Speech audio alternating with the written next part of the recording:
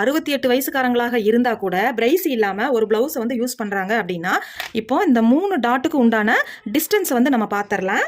இப்போ இந்த சென்டர் டாட்ல இருந்து ஊக்குப்பட்டி வரைக்கும் இருக்கிற டாட்டுடைய சென்டர் டிஸ்டன்ஸ் வந்து பார்த்தீங்க அப்படின்னா கரெக்டாக 1.25 இன்ச்சுக்கு மார்க் பண்ணியிருக்கேன். அடுத்ததாக வந்து பார்த்தீங்க அப்படின்னா சென்டர் டாட்லேருந்து ஆம் பகுதியிலேருந்து வருது இல்லைங்களா, அந்த டாட்டுக்கும் சென்டர் டாட்டுக்கு உண்டான இடைவெளி வந்து பார்த்தீங்க அப்படின்னா கரெக்டாக 1.25 இன்ச்சுக்கு இருக்குது. நான் ஏன் இதை சொல்கிறேன் அப்படின்னு பார்த்தீங்கன்னா 68 வயசுக்காரங்களாக இருந்தால் கூட பிரைசி போடாமல் ப்ளவுஸ் வந்து யூஸ் பண்ணுறாங்க அப்படின்னா அவங்களுக்கு வந்து கப் ஷேப் வந்து பர்ஃபெக்டாக இருக்கணும். நிறையா பேர் வந்து ஒரே டெய்லர்கிட்ட வர்றதுக்கு காரணம் என்னன்னு பார்த்தீங்கன்னா சராசரியாக இருக்கிறவங்களுக்கு, அதாவது ஸ்டிச்சிங் பற்றி தெரியாதவங்களுக்கு கப் ஷேப்பை பற்றியோ கப்பு பாயிண்ட்டை பற்றியோ எப்படி ஸ்டிச் பண்ணணும்னு சொல்ல தெரியாது.